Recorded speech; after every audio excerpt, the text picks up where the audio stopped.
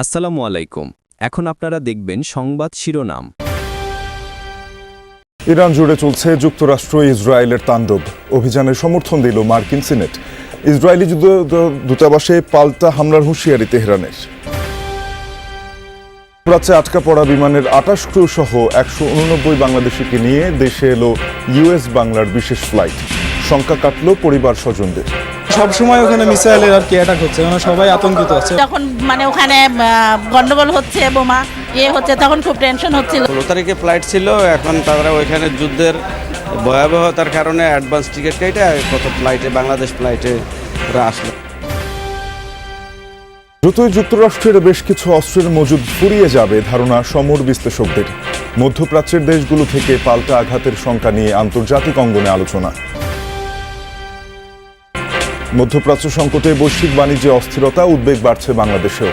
সংঘাত দীর্ঘায়িত হলে বিকল্প বাজার খুঁজতে হবে বলছেন ব্যবসায়ীরা।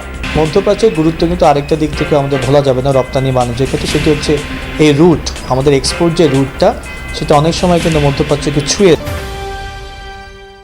ইসলামী বিশ্ববিদ্যালয়ে কর্মচারীর ছুরিকাঘাতে প্রাণ গেছে সমাজ কল্যাণ বিভাগের চেয়ারম্যান আসমা সাদিয়ার। অভিযুক্তের আত্মহত্যার চেষ্টা। আবিরে রঙিন ফাগুন সমীরণ, হোলি উৎসবে প্রাণের স্পন্দন। পুরান ঢাকায় উচ্ছ্বাসের ফোঁয়ারা ভক্ত অনুরাগীদের। আসসালামু আলাইকুম। এখন দেখবেন সংবাদ বিস্তারিত। মধ্যপ্রাচ্যের যুদ্ধ আরও ছড়িয়ে পড়ার শঙ্কা দেখা দিয়েছে। অঞ্চলটির গণ্ডি পেরিয়ে এবার ইরান মিসাইল ছুড়ল নেটোভুক্ত তুরস্কে। যদিও তা ভূপাতিতের দাবি করেছে নেটো, পাশাপাশি ইসরায়েল ও আরব দেশগুলোর কৌশলগত গুরুত্বপূর্ণ স্থাপনায় হামলা অব্যাহত রেখেছে তেহরান। অন্যদিকে আগামী কয়েকদিনের মধ্যেই ইরানের আকাশসীমা পূর্ণ নিয়ন্ত্রণের ঘোষণা দিয়েছে ওয়াশিংটন। দেশটির যুদ্ধমন্ত্রী পিট হেগসেথ এক সংবাদ সম্মেলনে সামনে হামলা আরও জোরদার করার কথাও জানিয়েছেন।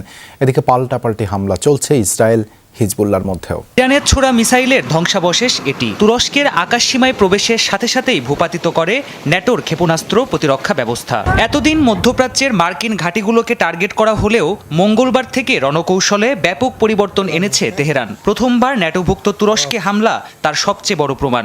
এছাড়া টার্গেট করা হয়েছে মার্কিন দূতাবাস, সিআইএর স্টেশন আর কূটনৈতিক এলাকার মতো কৌশলগত গুরুত্বপূর্ণ অবস্থান। ব্যাপক পরিসরে ড্রোন আর মিসাইল হামলা হচ্ছে আরব আমিরাত, বাহরাইন আর কাতারের মতো মার্কিন মিত্র দেশগুলোই। রাতভর আরও কয়েক দফা হামলার হুঁশিয়ারি দিয়েছে আইআরজিসি। এদিকে ইরানের রাজধানী তেহরানে নতুন করে কয়েক দফা বিমান হামলা চালিয়েছে যুক্তরাষ্ট্র ইসরায়েলের যৌথ বাহিনী। গুড়িয়ে দেওয়া হয়েছে সর্বোচ্চ নেতা নির্বাচনের দায়িত্বে থাকা বিশেষজ্ঞ প্যানেলের কার্যালয়।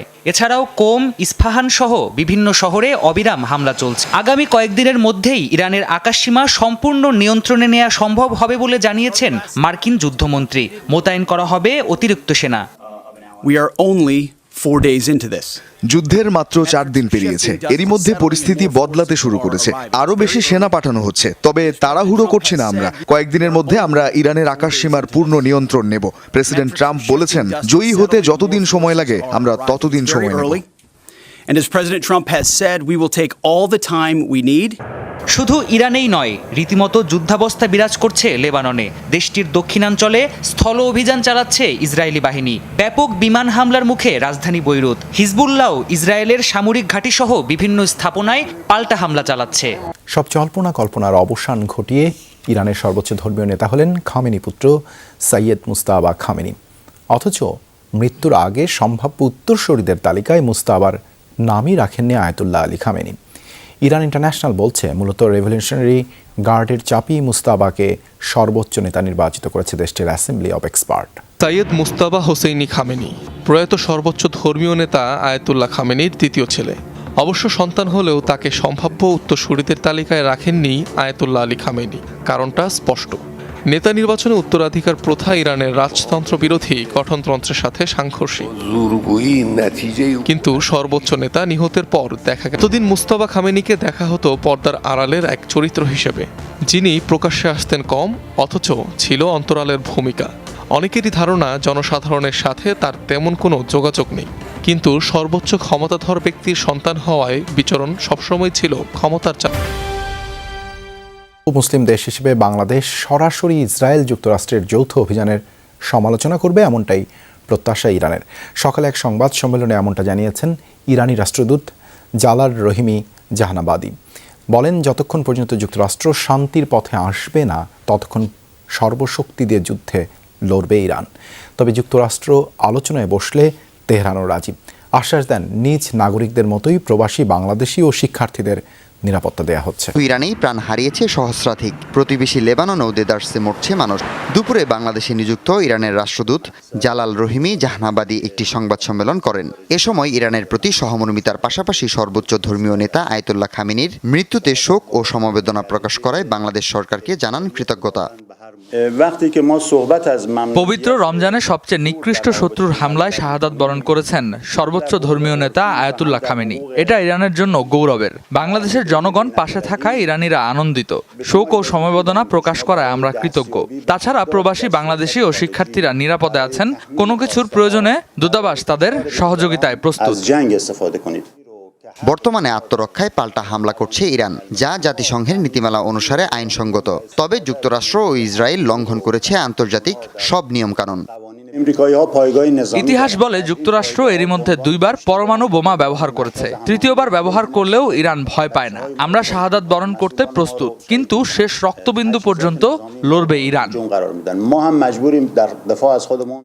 আগামী বৃহস্পতিবার ও শুক্রবার দুদিন সকাল 10টা থেকে 12টা এবং দুপুর 2টা থেকে বিকেল 4টা পর্যন্ত ইরানের শহীদদের প্রতি শোক প্রকাশের জন্য রাষ্ট্রদূতের দপ্তরে উন্মুক্ত করা হবে শোক বই। যুক্তরাষ্ট্রের সাথে নির্বাচনের আগে সই হওয়া বাণিজ্য চুক্তি বাস্তবায়নে বাংলাদেশ সম্মত বলে জানিয়েছেন পররাষ্ট্রমন্ত্রী ডক্টর খলিলুর রহমান। দাবি, সরকারের সবার আগে বাংলাদেশ নীতির সাথে এই চুক্তি সাংঘর্ষিক নয়। জানান, অন্তর্বর্তী সরকারের শেষ সময় সই হওয়া এই চুক্তি নিয়ে বড় 2 দলের সম্মতি নিয়েছিল যুক্তরাষ্ট্র। ঢাকা সফররত মার্কিন সহকারী পররাষ্ট্রমন্ত্রী পল কাপুরের সাথে বৈঠকের পর তিনি আরও জানান, ঢাকা ওয়াশিংটন সামরিক সহযোগিতা নিয়ে কোনো আলোচনা হয়নি। যুক্তরাষ্ট্রে থাকা অবৈধ বাংলাদেশিদের ফেরানোর ব্যাপারেও আলোচনা হয়েছে খলিল পল কাপুর বৈঠকে। দিনের শুরুতেই পররাষ্ট্র মন্ত্রণালয়ে যান যুক্তরাষ্ট্রের দক্ষিণ এশিয়া বিষয়ক সহকারী পররাষ্ট্রমন্ত্রী পল কাপুর। প্রথমে পররাষ্ট্র প্রতিমন্ত্রী শামা ওবায়দের সাথে সাক্ষাৎ করেন তিনি। এ সময় সুষ্ঠু নির্বাচনের মাধ্যমে বিজয়ী হওয়ায় ক্ষমতাসীন দল বিএনপিকে অভিনন্দন জানান পল কাপুর। পরে পররাষ্ট্রমন্ত্রী ডক্টর খলিলুর রহমানের সাথে প্রায় ঘণ্টাখানেক বৈঠক করেন তিনি। আলোচনায় উঠে আসে দেশটিতে থাকা অবৈধ বাংলাদেশিদের প্রসঙ্গ। বৈধ কাগজপত্রবিহীন বাংলাদেশি যারা আমেরিকাতে আছেন তাদের ফিরে আনার ব্যাপারেও কথা বলেছি। দেশে চাঁদাবাজ ও অবৈধ অস্ত্রধারীদের তালিকা করে অভিযান শুরুর কথা জানিয়েছেন স্বরাষ্ট্রমন্ত্রী সালাউদ্দিন আহমেদ। সকালে ঢাকা মেট্রোপলিটন পুলিশের সদর দপ্তর পরিদর্শন করেন তিনি। বলেন, বিগত সরকারের মতো রাজনৈতিক কাজে ব্যবহৃত হবে না পুলিশ।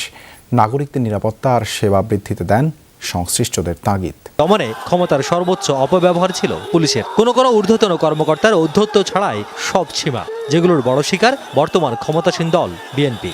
বিএনপির স্থায়ী কমিটির সদস্য সালাউদ্দিন আহমেদ, যিনি নিজেও আইনশৃঙ্খলা বাহিনীর ক্ষমতার অপব্যবহারের শিকার, তিনি এখন স্বরাষ্ট্রমন্ত্রী।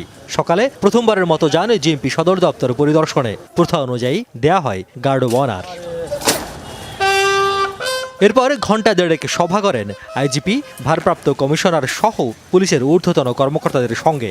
সভা শেষে গণমাধ্যমের প্রশ্নের জবাবে বলেন, ব্যক্তি বা দল নয়, পুলিশ হবে জনগণের।